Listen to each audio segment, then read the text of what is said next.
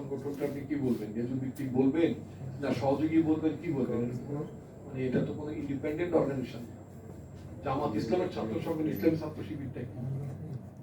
এটা তো আপনার মানে তাদের অঙ্গ সংগঠন, কাগজে কলমে সহযোগী সংগঠন, বেসিকের অঙ্গ সংগঠন। শিবিরের নেতারা কিন্তু করে জামাতই করে, ছাত্রদলের ছেলে পেলে তো সব বিএনপি করে। ছাত্রলীগের ছেলে পেলে যে কোনদিন জাসদ করছে নাকি ছাত্রলীগের ছেলেরা কমিউনিস্ট পার্টি করছে? বিএনপি ছাত্রদলের ছেলে কি কখনো যে কমিউনিস্ট পার্টি করছে নাকি, না জামাত ইসলাম করছে? করেনি। তো প্রত্যেকের যেই নামই ডাকেন না কেন, যেই নামই আপনি ডাকেন, সেটা আপনি ছাত্রলীগ বলেন, ছাত্র শিবির বলেন, যার যার প্রত্যেকের একটা মুরব্বী সংগঠন আছে। ওই মুরব্বী সংগঠনকে যারা সমর্থন করে তাদের কি এখন ছেলেরা বলছে রেজুর ভিত্তিক সংগঠন। এখন কত কি যে রেজুর ভিত্তিক সংগঠনের নামে জামাত ইসলামের ছাত্র সংগঠন ক্রমান্বয়ে বিকশিত এবং অন্যরা কাজ করবে না বা তাদের থাকা যাবে না, সেটা কিন্তু ঠিক হবে না। এই ব্যাপারেও আমাদের বিষয়টা মানে নজর রাখতে হবে। কারণ হচ্ছে আপনি দেখবেন যে আমরা ইতিমধ্যেই দেখছি যে যারা যারা মানে কেউ কেউ বৈষম্য ত্যাগ বাদ দিয়ে তারা কিন্তু এখন যার যার শিবিরে ব্যাক করছে।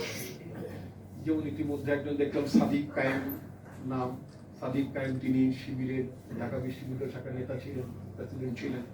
তিনি বৈষম্য বিরোধী ছাত্র আন্দোলনের সমন্বয়ক ছিলেন। তারপরে তিনি যখন দেখলেন যে না এখন মানে কি বলে এটাকে পরিবেশ পরিস্থিতি অনুকূলে এখন তিনি আবার ছাত্র শিবিরের নামী প্যাডেই বিবৃতিও দিচ্ছেন। আবার সেক্রেটারি, যেটা প্রেসিডেন্ট দিয়েছে, এক্স প্রেসিডেন্ট সেক্রেটারিও আবার দিলেন। তো we don't know how many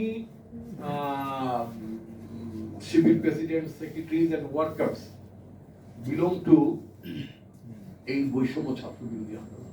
এই বৈষম্য বিরোধী ছাত্র আন্দোলনের মধ্যে কতজন সাবেক শিবিরের প্রেসিডেন্ট, সেক্রেটারি বা শিবিরের নেতা কর্মী আছে আমরা জানি না এক্স্যাক্টলি।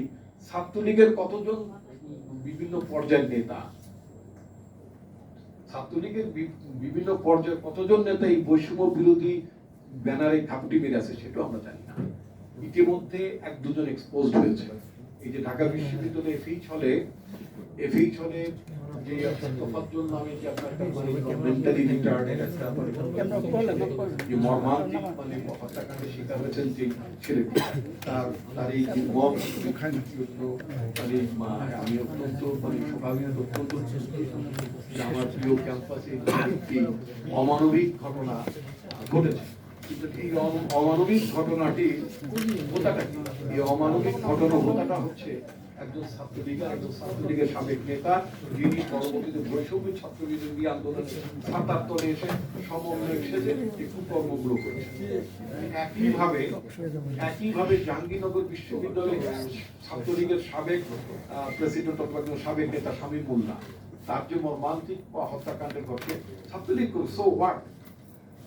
অপরাধী হোক, অপরাধ সে করেছে নিঃসন্দেহে। বিগত শেখ হাসিনার শাসনামলে ৩৬ দিনের আন্দোলনে সে নির্বিচারের ভূমিকা পালন করেছে। ওখানে সে প্রকাশ্যে মানে ছাত্র আন্দোলনরত ছাত্রছাত্রীদের বিরুদ্ধে সে অবস্থা নিয়েছে এবং সে আন্দোলন দমানোর জন্য সশস্ত্র অবস্থা নিয়েছিল। তার প্রতি ছাত্রছাত্রীদের খুব থাকতেই পারে এবং সেটার জন্য সে কিছুটা ম্যানহ্যান্ডেড যেটাকে বলে একটু হয়রানি হ্যাস্ত বা দু চারটা হয়তো খেতে পারে। কারণ বিপ্লব আন্দোলন ও উত্থানের পরবর্তী পরিস্থিতি এই ধরনের কিছু ঘটনা ঘটে, অনাকাঙ্ক্ষিত হলেও এই ধরনের ঘটনা ঘটে, কিন্তু মার্সিলেসলি বিটেন মানে একেবারে নির্দয়ভাবে পেটানো বিষয়টা এটা সমর্থনযোগ্য না। তাহলে আমরা দেখলাম শামীম মোল্লা ইনিশিয়ালি মানে সাধারণ ছাত্রছাত্রীদের হাতে ধরা পড়েছে। সে সামান্য আপনার কি বলে শিখেছে পরে তাকে ওখান থেকে ছেলেরা কিন্তু তুলে দিয়েছিল বিশ্ববিদ্যালয়ের সিকিউরিটি অফিসার সুদীপ্ত শাহীনের কাছে। Sudipta Shahi was recruited by the Awami League regime, Awami League আমলের সুদীপ্ত শাহী মানে চাকরি পান। তিনি একজন ছাত্রলীগের সাবেক নেতা, তার কাছে শামীম মোল্লাকে অর্থাৎ ছাত্রলীগের সাবেক নেতাকে তুলে দেওয়া হয়। সেখান থেকে সুদীপ্ত সাহেব তাকে প্রায় তার কাস্টডিতে ৪-৫ ঘন্টা রাখে এবং ৯০ ছাত্রলীগ আমরা ইদানিং একটা বিষয় মানে একটা ট্রেন্ড ফলো করছি আমরা, সেটা হচ্ছে আপনার এই পতিত স্বৈরাচারের কিছু এজেন্ট আছে। পতিত স্বৈরাচারের এজেন্টরা হঠাৎ করে এই মানে বিপ্লবী সেজে যে মারধর শুরু করছে, মানুষকে বোঝাতে চাই অনেক বড় বিপ্লব আসলে হচ্ছে স্বৈরাচারের দোষর এবং পতিত স্বৈরাচারের এজেন্ট। এই লোকগুলো মূলত আন্দোলনের সময় সরকারের দালাল হিসেবে এবং তৎকালীন ডিজিএফ প্রতিষ্ঠানের নিয়োজিত এজেন্ট হিসেবে তারা ঢুকে সমন্বয় কেউ কেউ সেজেছে, কেউ কেউ সমন্বয় সেজেছে।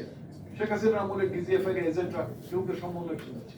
আই মাস্ট সে, তার প্রমাণ হচ্ছে যে ওই যে এফেকশনে ছাত্রলীগের যে নেতা কি জন্য ছেলেটার নাম যাও জালাল, এই জালাল ডিজিএফ এর ইকুইভ্যালেন্ট এজেন্ট। আন্দোলনকে ব্যাহত করার জন্য, ভাবমূর্তি ক্ষতি করার জন্য সে বৈষম্য বিরোধী ব্যানারের মধ্যে ঢুকে সমন্বয় সেজেছে, পরবর্তীতে আমাদের হত্যাকাণ্ড সমর্থন করেছে। সুতরাং actually we don't know how many agents Sheikh Hasina আমলে, হাউ মেনি এজেন্টস, কতজন এই ধরনের ডিজিএফ এর এজেন্ট বৈষম্য বিরোধী ছাত্র আন্দোলনের মধ্যে শেখ হাসিনার ঢুকিয়ে দিতে সমর্থ হয়েছিল। সুতরাং এখন যারা প্রকৃতপক্ষে যারা বৈষম্য বিরোধী ছাত্র আন্দোলন করছেন তাদের নেতাদের কাছে আমার অনুরোধ থাকবে, তারা যদি সমস্ত দালালদেরকে দ্রুত করে যদি গ্রেড না করে নিতে পারেন তাহলে দেশে আরো অনেক ধরনের অঘটন ঘটবে। সাভারে যে আপনার শ্রমিকদের অসন্তোষ, নানা ধরনের যে অসন্তোষের ঘটনাগুলো আমরা দেখছি, এগুলো সব আওয়ামী লীগের আমলে নিয়োজিত আপনার ডিজিএফ এর এজেন্ট, বিভিন্ন বাহিনীর এজেন্ট ছিল, ওদের হাজার হাজার কোটি টাকা তার লুটপাট করছে। সুতরাং এই এজেন্টগুলোর ব্যাপারে আমাদের সবাইকে সতর্ক থাকতে হবে। তাহলে আমরা যে বিজয়টা আমরা অর্জন করছি সেই বিজয়টাকে আমরা কনসলিডেট করতে পারবো, আমরা এটাকে সমত করতে পারবো। আদারওয়াইজ আমাদের জন্য অনেক বিপর্যয়ের সম্ভাবনা থাকবে। কিন্তু আমি আশাবাদী যে বিপর্যয় হবে না, কারণ লক্ষ কোটি মানুষ যে আপনার বিপ্লবের পক্ষে থাকে আর অভ্যুত্থানের পক্ষে থাকে, সেই বিপ্লব ধন্যবাদ আপনাদেরকে।